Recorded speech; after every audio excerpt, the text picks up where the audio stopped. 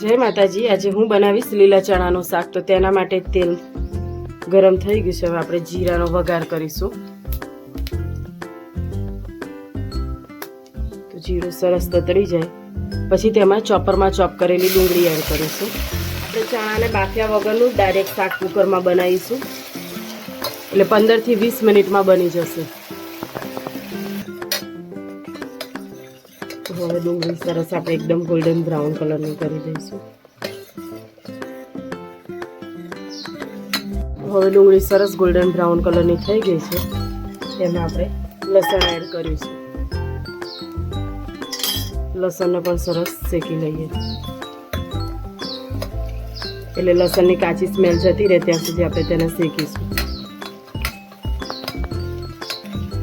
લસણ સરસ શેકાઈ ગયું છે। હવે તેમાં આપણે ટામેટાને પણ ચોપરમાં ચોપ કર્યા હતા એ એડ કરી દઈએ।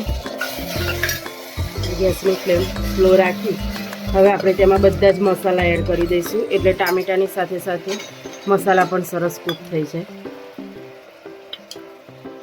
હળદર પાવડર, લાલ મરચું પાવડર ટેસ્ટ પ્રમાણે, ધાણા જીરું, છોલે ચણાનો મસાલો 1 થી 1.5 ચમચી લીધો છે, હિંગ અને ચપટીક જ આપણે ગરમ મસાલો એડ કરીશું। આપણે છોલે ચણાનો મસાલો એડ કર્યો છે એટલે હવે બધી જ વસ્તુને સરસ ટામેટા સાથે મિક્સ કરી લઈએ અને ટેસ્ટ એડ કરી દઈશું।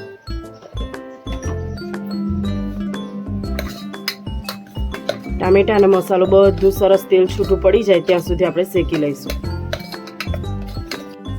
હવે તેલ સરસ છૂટું પડી ગયું છે અને આપણો મસાલો પણ સરસ શેકાઈ ગયો છે।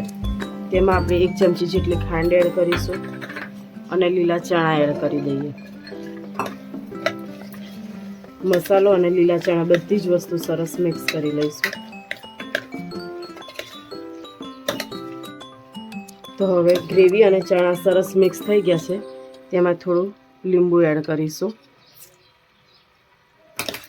બધી જ વસ્તુ મિક્સ કરી આપણે ગરમ પાણી લીધું છે તે એડ કરીશું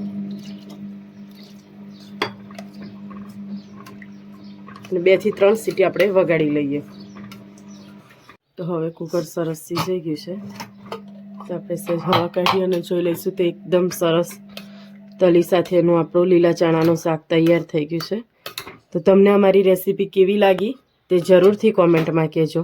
અમારી ચેનલને લાઈક કરજો, શેર કરજો। જો તમને અમારી રેસીપી ગમી હોય તો તમારા ફેમિલી ગ્રુપમાં શેર કરજો। જય માતાજી।